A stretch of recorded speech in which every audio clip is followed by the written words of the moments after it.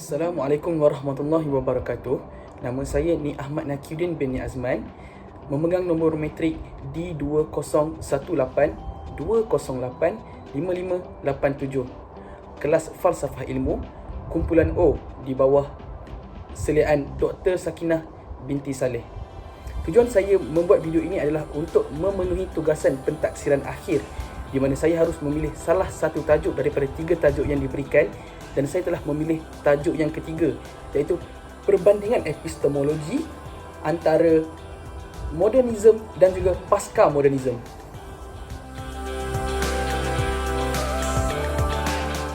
Apa itu epistemologi? Epistemologi berasal daripada perkataan Yunani, iaitu episteme yang bermaksud pengetahuan dan logos yang bermaksud hujah logik. Epistemologi membahas secara mendalam segenap proses yang terlibat dalam usaha untuk memperoleh pengetahuan. Dari segi bahasa, epistemologi bermaksud teori tentang ilmu pengetahuan. Epistemologi merupakan satu cabang falsafah. Epistemologi adalah kajian tentang sifat pengetahuan, justifikasi dan rasionalisme kepercayaan. Banyak perdebatan dalam epistemologi berpusat pada 4 bidang, iaitu analisis sifat pengetahuan dan bagaimana ia dikaitkan dengan konsep seperti kesahihan, kepercayaan dan justifikasi, pelbagai masalah skeptisisme, sumber, kaedah dan skop pengetahuan, dan juga kepercayaan yang wajar serta kriteria pengetahuan. Epistemologi menangani soalan-soalan seperti apa yang membuat kepercayaan yang wajar dibenarkan, apa ertinya mengatakan bahawa kita tahu sesuatu, dan pada asasnya bagaimana kita tahu bahawa kita tahu. Seterusnya ialah modernisme. Modernisme merujuk kepada gerakan kebudayaan dalam seni ini, termasuklah seni bina, muzik, kesusastraan dan seni gunaan yang berkembang 30 tahun sebelum tahun 1914. Istilah ini merujuk kepada gerakan politik, kebudayaan dan seni yang muncul pada akhir abad ke-19 dan permulaan abad ke-20, serentak dengan perubahan dalam masyarakat barat. Gerakan ini menekankan kuasa manusia mencipta, membaiki dan membentuk semula persekitaran mereka dengan bantuan ilmu sains, teknologi dan uji kaji praktikal. Modernisme menggalakkan penilaian semula setiap aspek kewujudan, dari perdagangan ke falsafah, dengan matlamat menentukan apa itu yang menyekat kemajuan sosial dan menggantikan itu dengan sesuatu kaedah yang lebih baru dan lebih baik. Dalam pada itu, gerakan modernisme mendakwa bahawa realiti zaman industri dan mekanisme adalah tetap dan kekal dalam manusia patut mengubah pandangan mereka terhadap keduniaan agar menerima bahawa yang baru itu baik, benar dan indah. Fizik moden, kuantum dan kerelatifan, falsafah moden iaitu analitik dan kebenuaan, dan teori nombor moden dalam matematik dikatakan bermula pada zaman modernisme. Dengan mendukung perubahan serta gerakan semasa, modernisme merangkumi karya pemikir yang menentang tradisi-tradisi akademik dan sejarah abad ke-19 dan berhujah bahawa bentuk seni, seni bina, sastra, agama, organisasi sosial dan kehidupan harian yang tradisional sudah ketinggalan zaman. Mereka menerima aspek-aspek ekonomi, sosial dan politik baru dalam dunia yang semakin diindustrikan. Zaman sebelum era modernisme, semua bentuk nilai dan urusan kehidupan berasaskan kepada agama, iaitu ancient regime. Namun ketika zaman Enlightenment, ia telah ditukar secara menyeluruh kepada nilai sekular dan perkara yang bersandar kepada agama turut dihapuskan oleh golongan modernisme. Sekularisme telah diperjuangkan, telah menjadi realiti sebenar dalam kehidupan selepas berlakunya Revolusi Perancis pada tahun 1789. Kebebasan secara menyeluruh dan demokrasi liberal yang telah dianggap moden, yang mana telah menjadi sandaran hidup Barat sehingga hari ini. Akibat daripada keangkuhan dan keegoan terhadap agama, masyarakat Barat berusaha mencari alternatif baru untuk menggantikan nilai agama yang sekian lama mendasari kehidupan mereka. Ia bertujuan untuk mencorak kehidupan mereka yang dikatakan moden. Maka muncullah pelbagai kaedah ilmu seperti rasional, empirikal, saintifik dan logik yang bersesuaian dengan hidup mereka kini. Modernisme di Barat digerakkan oleh falsafah Enlightenment humanism yang berjaya mempengaruhi pemikiran sebahagian masyarakat Barat dan majoriti intelektual mereka. Terdapat 5 konsep teori modernisme, iaitu yang pertama, McDonaldisasi dan alat penggunaan baharu. Contohnya seperti ikan. Zaman sekarang ni, pelbagai produk berasaskan ikan telah dikomersialkan. Daripada ikan itu, boleh dijadikan fishball, fish fillet dan sebagainya. Yang kedua ialah kemodenan juggernaut. Yang ketiga ialah kemodenan dan Holocaust, iaitu pembunuhan Yahudi oleh Nazi. Yang keempat ialah kemodenan, iaitu projek yang belum selesai daripada Habermas. Yang kelima adalah maklumat dan masyarakat rangkaian. Epistemologi dari segi modernisme ialah semakin berkembangnya pemikiran dan gerakan, perkembangan dan juga revolusi pengetahuan, di mana ianya terdedah dengan ilmu sains, ilmu matematik, ilmu geografi dan sebagainya. Pasca modernisme. Pasca modernisme ialah sebagai pemikiran baru yang menggantikan pemikiran modernisme atau nama lainnya ialah perkembangan moden.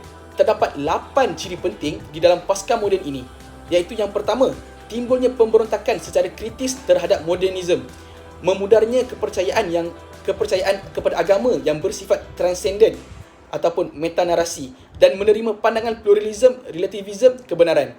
Yang kedua, meledaknya industri media massa sehingga seolah-olah ia adalah kesinambungan daripada sistem panca indera, organ dan saraf manusia. Keadaan ini menjadikan dunia dan ruang realiti kehidupan terasa sempit. Dengan kekuatan media massa yang telah menjelma menjadi agama atau Tuhan sekular yang mana menentukan kebenaran dan kesalahan perbuatan manusia tanpa disadari telah diatur oleh media massa seperti program televisyen. Yang ketiga ialah munculnya radikalisme etnik dan keagamaan. Fenomena ini muncul sebagai reaksi atau alternatif apabila manusia semakin meragukan terhadap kebenaran sains, teknologi dan falsafah moden yang dinilai gagal memenuhi janji untuk membebaskan manusia dan menciptakan kehidupan yang lebih baik. Akan tetapi, sebaliknya yang terjadi iaitu penindasan. Keempat, munculnya kecenderungan baru untuk menemukan identiti dan penghargaan serta keterikatan rasionalisme dengan masa lalu. Yang kelima, semakin luas wilayah perbandaran ataupun urban sebagai pusat kebudayaan dan kawasan luar bandar semakin terpinggir. Pola ini juga berlaku dalam dominasi negara maju, iaitu negara dunia pertama ke atas negara membangun, iaitu negara dunia ketiga. Ibarat negara maju sebagai titik pusat yang menentukan gerak pada lingkaran pinggir. Yang keenam, semakin terbukanya peluang untuk kelas sosial atau kelompok minoriti untuk mengemukakan pendapat secara lebih bebas dan terbuka. Dengan kata lain, era pasca modernisme telah mendorong proses pendemokrasian. Yang ketujuh, era pasca modernisme juga ditandai dengan munculnya kecenderungan pencampuradukan pelbagai nilai, keyakinan dan potret serpihan realiti. Hal ini menyebabkan usaha menempatkan sesuatu objek budaya secara ketara terhadap kelompok budaya tertentu secara eksklusif menjadi sukar. Yang ke-8, bahasa yang digunakan dalam wacana atau perbincangan pasca modernisme seringkali dikesan tidak lagi memiliki kejelasan makna dan inkonsistensi sehingga apa yang disebut sebagai era pasca modernisme banyak mengandungi sifat paradoks, iaitu bertentangan dengan pendapat atau penerimaan umum. Dari segi epistemologi pasca modernisme pula ialah ianya bermaksud menolak kebenaran sebagai objek kekal dan tidak berubah.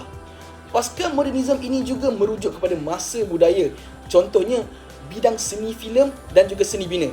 Dari segi cara pemikiran pula ianya amatlah berbeza. Dari segi perbandingan di antara pasca modernisme dan juga modernisme.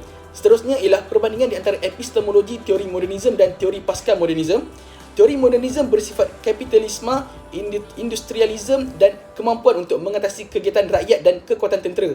Manakala teori pasca modernisme ialah zaman sejarah baru, produk budaya baru, cara berfikir yang berbeza dan kehidupan sosial yang baru. Seterusnya dari segi teori modernisme pula ialah mengikuti idea metanaratif, manakala teori pasca modernisme menolak idea metanaratif. Teori modernisme juga menerima pandangan konsep seperti kapitalisme, manakala teori pasca modernisme mustahil untuk mewujudkan pengetahuan yang sistematik. Teori modernisme juga berpegang pada tujuan pencerahan, manakala teori pasca modernisme pula berkorban pencerahan. Akhir sekali, teori modernisme tidak mungkin membuat analisis kritis kerana mereka tidak akan memahami kata-kata kesusasteraan mereka. Manakala teori pasca modernisme dianggap karya pemikir sastra, argumen mengorbankan semua logik.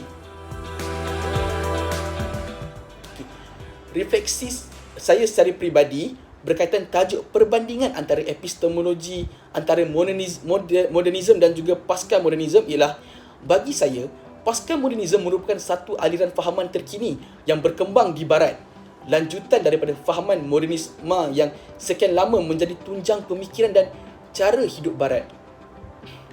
Jadi, pasca modernisme yang dibawa tidak boleh kita pandang remeh kerana ia banyak memberi kesan buruk berbanding kesan baik, terutamanya berkaitan ajaran Islam kerana ianya melibatkan keruntuhan akhlak, moral dan sosial manusia.